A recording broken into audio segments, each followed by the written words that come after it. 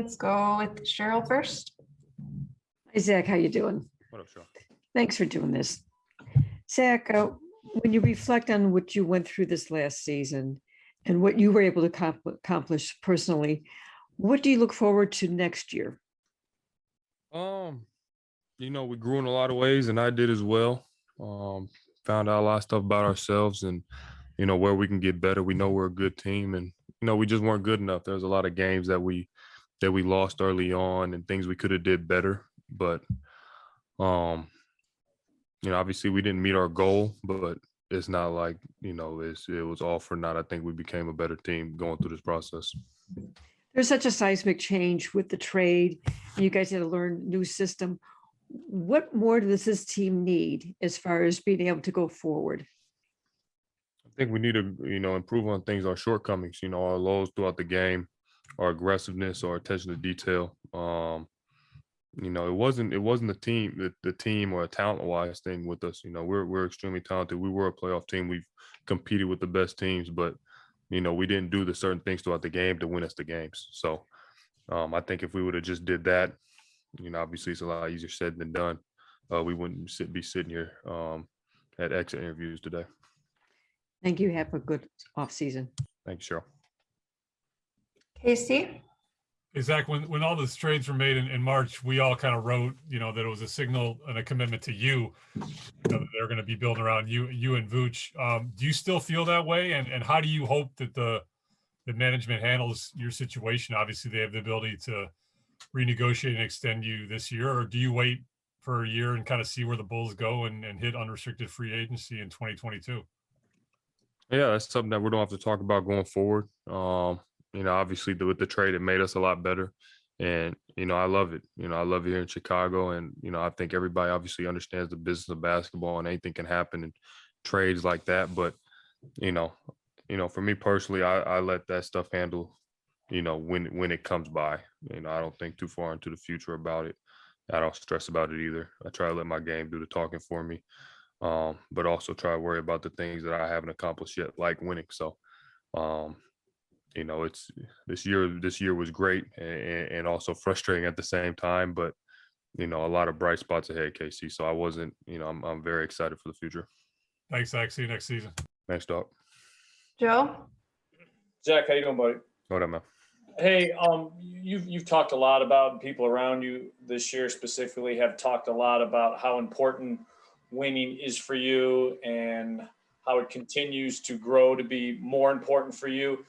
At the same time, you can control when you max out and how that max could help the team. If you were offered max this year, you'll be maxing out at less than you would next year, but it could leave room to afford more guys, more role players. Do you think about that, hey, it's adding the right pieces is worth me sacrificing money on the table if I feel like these pieces can help me get to what's most important to me? Or you guys says, you know what, it's a business and I got to get mine? There's a thin line between that and, like I told you, Casey, I let all that stuff handle out when it's done. I try to let my performance, obviously on the court dictate what I get paid. I think that's what everybody wants to get paid what they're worth. And when my time comes, I definitely will get that. I think with different situations, with different people taking less money or taking the max, it's a business at the end of the day. And, I definitely want what I deserve, and whatever that is, I'll have it coming to me. Thank you. Jamal? Yeah, man. Obviously, you had a career year in a lot of ways across the board. When you look back on your season kind of individually, what thing maybe are you most proud of that what stride that you made this year? Over the last, couple of years, it's not just each year. I've had a lot of big moments, a lot of fun times out there and a lot of big games, but I'm proud about my development each year. I look forward to the challenge of getting better than I was even this year for next year. I'm already planning for that now. And, as long as I keep taking those steps forward and growing as a player and a person, that's all I can ask for individually wise. If I'm doing everything that I can do in my power to help the team and better myself, then, I did my job. So I think I took that step this year on improving last year. A lot of people over the last 3 years thought, oh, this Zach had a great year. This is what he is. oh, Zach did it again. This is what he is. I'm gonna keep going. I have a lot of more room to grow, and I'm gonna push my talents to the limit. Anything you say you've already started kind of thinking about what you're about to work on? Mm-hmm. What is next for you? What kind of room are you looking to grow still? I still have to become a better two-way player. Consistency wise, I've become a better leader.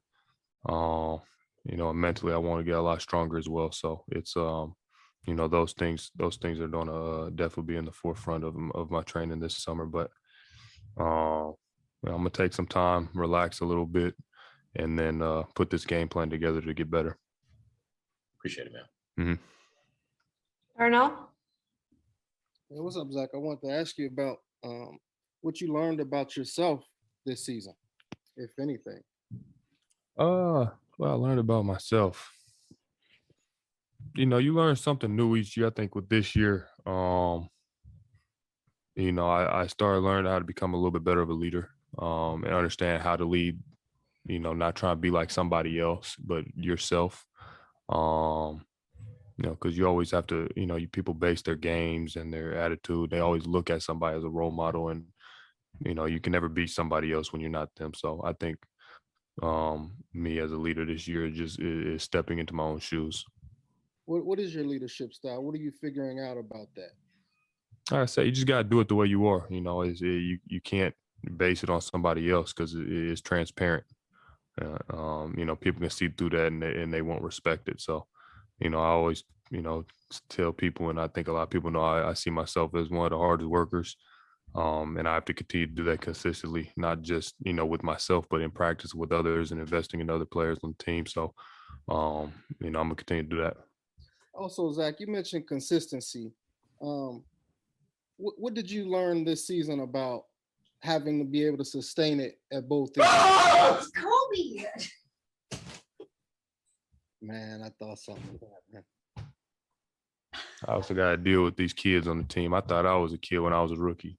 Hey, Garrick, speaking of, Garrick said he's like an annoying little brother. Would you agree with that classification? There's about 3 of them on the team that are like annoying little brothers, man. But at the end of the day, it's your brother, man. You love him to death, but god damn.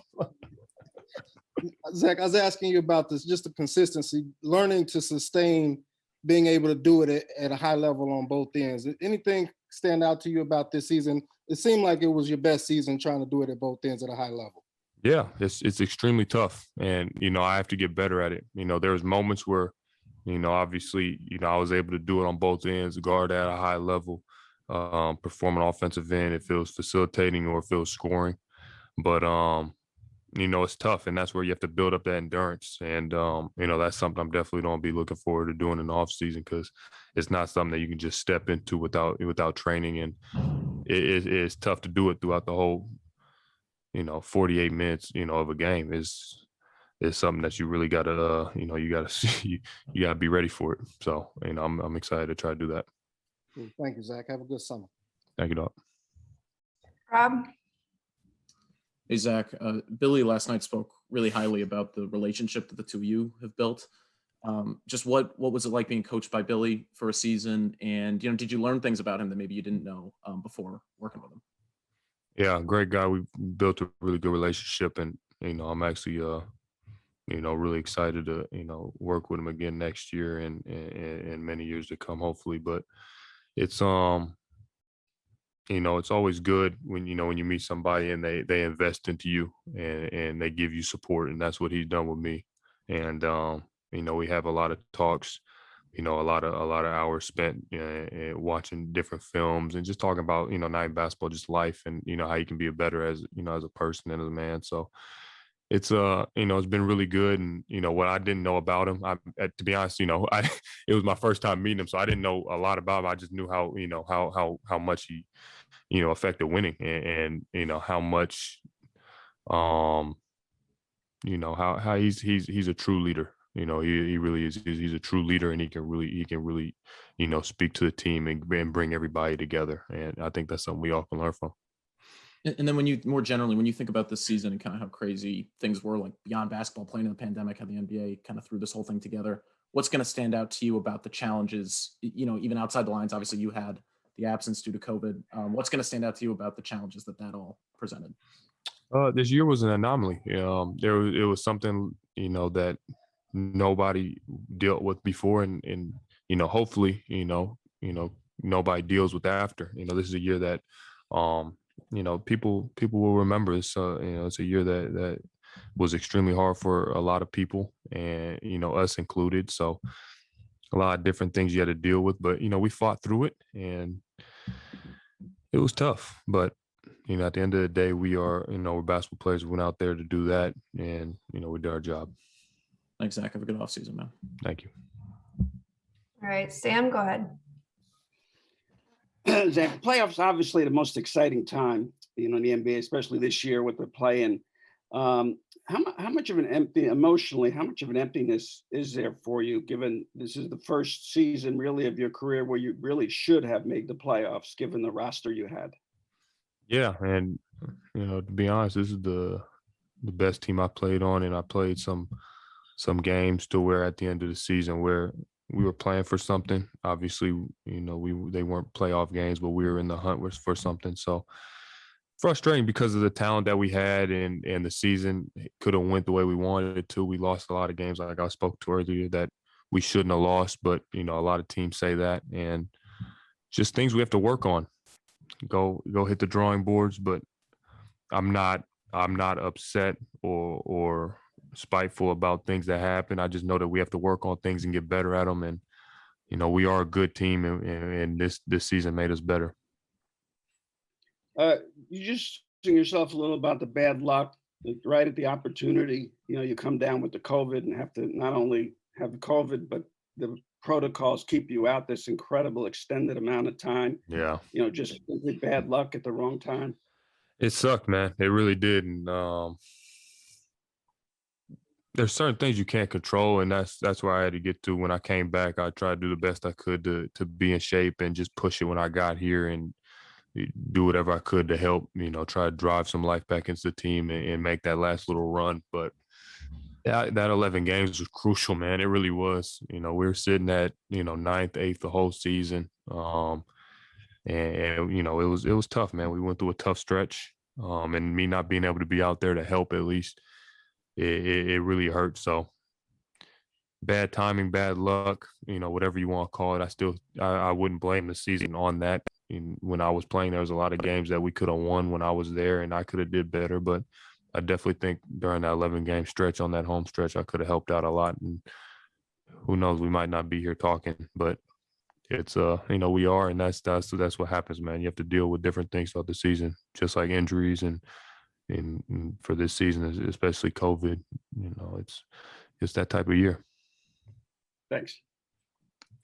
All right, I think Patrick is ready, so we're just going to take one more from Chuck, and then we'll let Zach go.